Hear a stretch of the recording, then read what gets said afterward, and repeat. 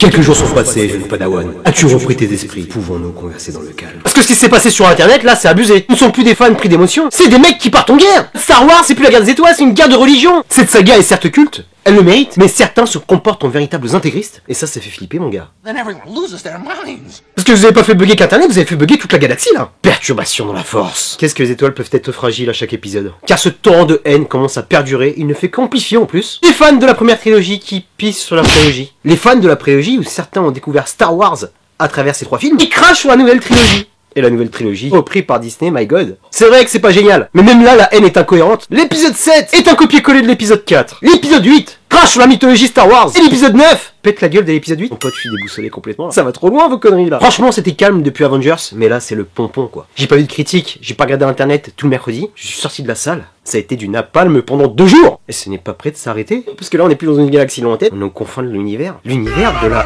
haine. Pardonnez-vous! Faites la paix, les forceurs! Non, on va s'arrêter là, on va quand même parler du film. En plus, je sais pas comment ils font les Jedi, ça me gratte ce genre de tunique là. Et voilà qui est mieux. Si tu aimes un temps sur Paul Rebeu et tu as vu mes précédentes vidéos Star Wars, tu sais très bien que je ne suis pas un aficionado de la Force. J'aime et je respecte énormément cette saga, avec laquelle j'ai grandi un peu, parce que je suis petite taille. Mais j'ai toujours été aux portes de cet univers, je suis jamais vraiment rentré. Et mes aïeux, grâce à ce recul, j'arrive à apprécier ce qu'on nous propose dessus. J'avoue que quand je dialogue avec certains fans qui connaissent de bout en bout Star Wars, je suis complètement paumé, parce que entre les mecs qui ont lu les romans, les comics, les dessins animés, moi je suis complètement à l'ouest. Mais ça a été une armure de protection, parce que je projette pas sur un Star Wars. Je suis pas en train d'écrire le scénario. Je demande pas à Rian Johnson ou J.J. Abrams de me conter l'histoire que je veux voir, donc j'y vais en mode fraîcheur. Et je suis même heureux, à chaque fin d'année, de voir un gros blockbuster qui nous est proposé. Moi ça me botte, mon pote. J'ai envie de m'éclater. Et même si ce n'est pas son défaut, parce que cette nouvelle trilogie estampillée Disney a de grosses faiblesses, j'arrive à en tirer, de mon point de vue, le meilleur. L'épisode 1, qui est l'épisode 7, c'était plus le réveil de la faiblesse que le réveil de la force. C'était un téléfilm du dimanche après-midi, agréable, sur l'univers Star Wars, rien de plus. Par contre, et j'assume complètement, et tu peux même m'insulter si ça te chante, j'ai beaucoup apprécié l'épisode 8, il jouait parfaitement avec les codes de Star Wars, ça dépoussiérait le bordel, ça ouvrait d'autres pistes, c'était un bon coup de pied dans la fourmilière qui faisait bouger les choses, avec de beaux visuels et de beaux enchaînements, ça m'allait complètement. Ça a fait créer pas mal de monde, mais moi j'ai apprécié. Arrive cet ultime épisode, l'épisode 9, j'avais bien aimé le petit teaser là, avec Rey qui fait de son hauteur face à Sotomayor, une magnifique scène à venir, sauf que cette promo était vraiment lamentable. Juste avec ce teaser, ils nous ont montré où ça allait, et malheureusement par rapport à ce Star Wars, je me suis pas fait vraiment de surprise.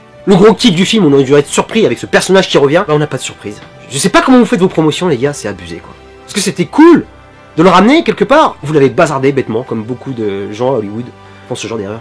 Encore et encore. Et le film en lui-même, eh ben j'ai passé un bon moment. C'était appréciable, un bon film, c'est-à-dire une bonne fin de trilogie, mais pas un grand film pour autant. Il y avait encore certains manques, mais il y avait des bonnes choses, donc commençons par ce qui est positif. Film part à toute blinde, peut-être ça va un petit peu trop vite au départ, mais j'ai beaucoup aimé ce passage de planète en planète. Il y avait un petit peu les codes jeux vidéo avec certaines énigmes à trouver, etc. C'était une aventure spatiale très correcte, il y avait du dynamisme, c'était généreux. L'univers spatial est présent. Même si je suis toujours paumé au niveau des planètes, moi. Faudrait qu'on me fasse une map un jour parce que là, je sais plus où je suis. On a un très bon retour aussi des fights au sabre laser qui m'avait beaucoup frustré sur l'épisode 8. Là, c'était pas mal, ça envoyait sec. J'ai beaucoup kiffé les costumes. La symbolique autour du casque de Kylo qui est très cohérente par rapport à la trajectoire de ce personnage. Et même les sabres laser qui servent de passage de témoin. Ils ont très bien terminé certains arcs narratifs. J'ai pensé à Princess Leia en premier. C'était très beau. Je ne sais pas comment ils ont shooté leur scène au niveau de leur planning des 3 films.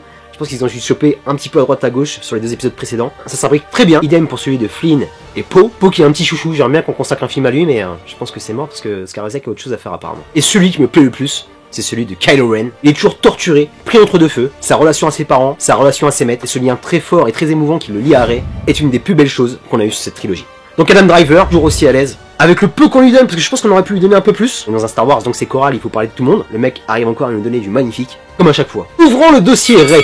J'aime beaucoup la prestation de cette actrice, révélée dans ce rôle avec lequel elle a grandi, mais idem que sur l'épisode 8, il manque beaucoup de choses encore. Pour elle aussi, c'est un peu la misère, elle a encore beaucoup de questions, elle ne trouve pas de réponse sur son passé. La minette, tu la sens un peu nerveuse et pas très claire par rapport aux 2 côtés de la force, sens qu'elle peut facilement basculer parce que tu la sens un petit peu influençable. Ça c'est bien géré. Derrière ça, sur 3 épisodes, on reste sur le personnage qu'il y avait dans l'épisode 7. Quand tu compares au chemin de Luke Skywalker, quand tu le vois arriver dans le retour du Jedi, quand tu vois le Jedi accompli qu'il est juste sur la première scène, là, par rapport à l'Empire contre-attaque, tu vois une vraie progression. Là, tu sens que c'est un warrior next level. Et bah la Rey, la pauvre, elle est tout le temps en galère. Et le pire dans tout ça, là où vous avez déconné, c'est que la meuf, elle est over-cheatée. D'où sortent ses pouvoirs? Ok, on sait que c'est un Jedi. Vous pouvez pas expliquer d'où vient ça? Tout d'un coup, la meuf, elle arrive à faire des choses qu'on ne savait pas, qui sont over the top. Il y a plein de choses qui sont rushées par rapport à ce personnage, et plein de choses encore qui sont rushées par rapport au début de ce film. On sent très bien que vous avez envie de finir et passer à autre chose, mais toutes ces transitions bâclées, et c'est bien dommage. Elle est super cool, mais t'arrives pas à t'attacher, t'arrives pas à t'inquiéter pour elle. Et celui qui remporte la timbale, c'est Kylo Ren, parce que t'es beaucoup plus touché par rapport à ce qu'il est en train de vivre, le pauvre.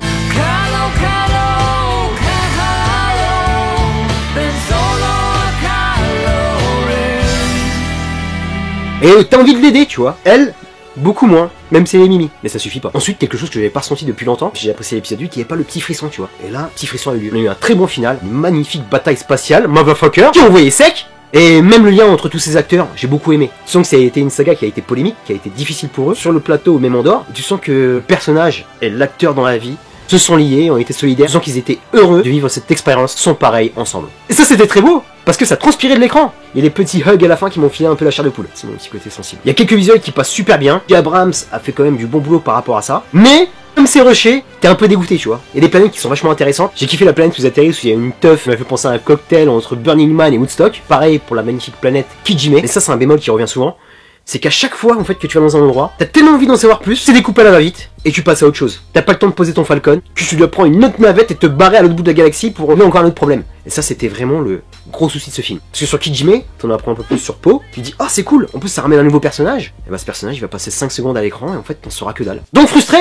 Et c'est pareil pour la planète, avec cette magnifique merde déchaînée, ils doivent encore résoudre une énigme, de nouveaux personnages qui arrivent qui sont super intéressants, qui font un lien cette fois-ci avec Flynn, vous, c'est un petit peu facile au niveau du scénario, en fait il passe d'un personnage à un autre à chaque fois, on lui avec son petit arc, un peu simple, mais ça passe, et là ça te mène à la piste, les Stormtroopers ont déserté, tu dis yes, développe un peu plus, et bah non, personnage qui était intéressant, qui était rattaché à Flynn, et bah non, tu expédies encore la marchandise, et ça c'est pas bien. En plus c'est hyper symbolique de Star Wars, ils ont toujours été là, c'est un peu de la chair à canon, ils se sont pris plein la gueule, et ça aurait été bien de les mettre un petit peu dans la lumière, et pourquoi pas leur consacrer un film entier, ou une série, faites quelque chose pour eux les pauvres.